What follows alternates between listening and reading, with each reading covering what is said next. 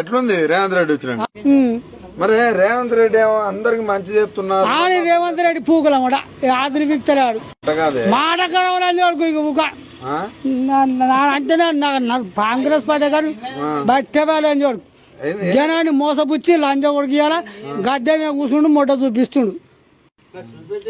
అటగదే మీ కాంగ్రెస్ వాళ్ళకి కింద కోపం మరి ఏం చేస్తా మరి మీ నాయకుని మీరే వెనకేసుకురావాలి. చెప్పులు కొట్టుకుంటారు ఒకడొకడు ఓటేసి ఎందుకు ఓటేసి పండేకేస్తుంది రాని నిజం రియల్ చెప్తున్నా. రైతు భరోసా వస్తానా బరాబర్ వేస్తుండు ఆదిరి వీక్కుంటా అంతేనా బోనస్ వడ్లకి బొచ్చేస్తుండు చేసిన అని చెప్తాను. బట్టే వాళ్ళు నమ్మిండుకో 10 ఏళ్ళు కేసీఆర్ చేసిండు కదా లోకం కూడా ఏమనుకున్నాం ఒకసారి మార్పుడు చేద్దాం గవర్నమెంట్ అని తలుచుకొని మరి మార్పుడు చెంపలు దెబ్బలు తీసుకుని అట్టే ఉంది. ఇప్పుడు ఒకవేళ ఇటు మళ్ళా ఓట్లకు వస్తారు అప్పుడు ఏమడుతూ చెప్తారు కొడతా ఎలక్షన్లు వస్తే ఎత్తావే కాంగ్రెస్ కోర్టు సూళ్ళు కూడా అయ్యా ఎందుకు ఇంకా సిగ్గు సరిపోయింది. ఇంకా కాంగ్రెస్ కాదే నువ్వు కాంగ్రెస్ పూకులం మళ్ళీ 30 ఏళ్ళ దాకా మళ్ళీ రాదు.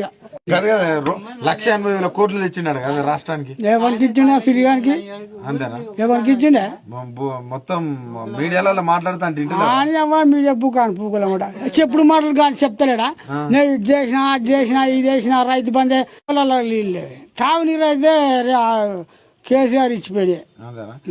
గిన్నె చేసిన ఒక్క పని అని చెప్పారు రేవంత్ రెడ్డి. ఒక్క పని అని చెప్పు చేసి ఏం చెప్పినా చెప్పాలి చెంపలేసుకున్నా చెప్పాలి.